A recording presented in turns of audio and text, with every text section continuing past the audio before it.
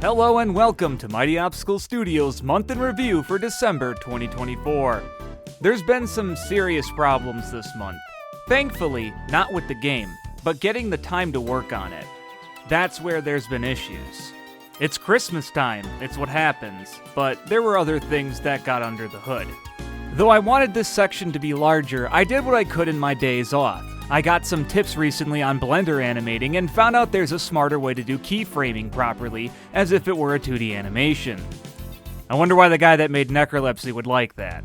That knowledge helped out a lot with making new animations and correcting older ones. One of the more fun examples of this is the staff stabbing combo. Super snappy, but with a little work, it could be a solid animation.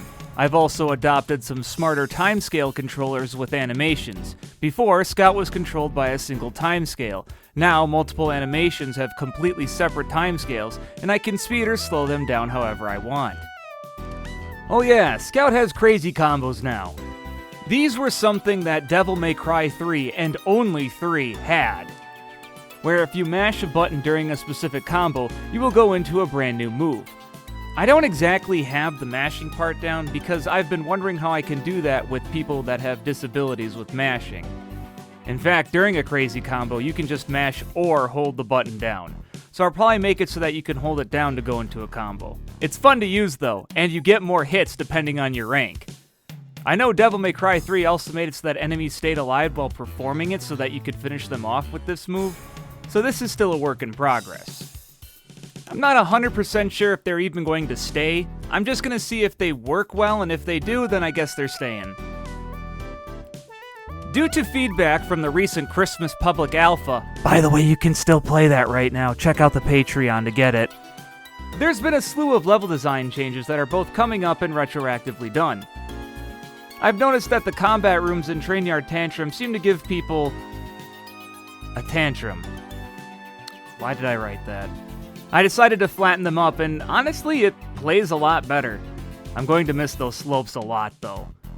Fresh Forest is also getting an extension. There's a gimmick right now that no part of the stage has implemented yet. And while I was originally going to have it just for the second act, I'm also going to put it in the first act. It's going to take a little bit of work, but I think it's going to be a better stage overall because of that. Lightning Round is going to be a bit earlier this time, as I have some more thoughts of what I'm going to be doing for the new year. Attacking was upgraded so that Scout can still have extra momentum added to her moves if she's attacking. So that means she can stand still and attack and push something away, or if she's even moving, she can push someone even further away. There was camera panning that was added when going upside down now, because it was really awful beforehand, and now going through loops feels a lot better. Also, check out this idle animation. Yeah. I also cleaned up older code for adding moves to the ranking system. Before it was a mess of different methods, now it's just one clean method. One of my big New Year's resolutions is to give Scouter more of my focus. That means no more large side projects, no more long video games or TV shows or books, nothing where the commitment starts to make me feel bad because I'm not working on Scouter. A great example of a side project would be my review channel. I've been making videos on that channel, but they take time away from Scouter. They're also not really accomplishing my goal of getting more eyes on Scouter, plus it seems people aren't watching them anyway. So why would I work on them when I'm getting such a negative feedback loop? That's why I decided to make that momentum video for this channel.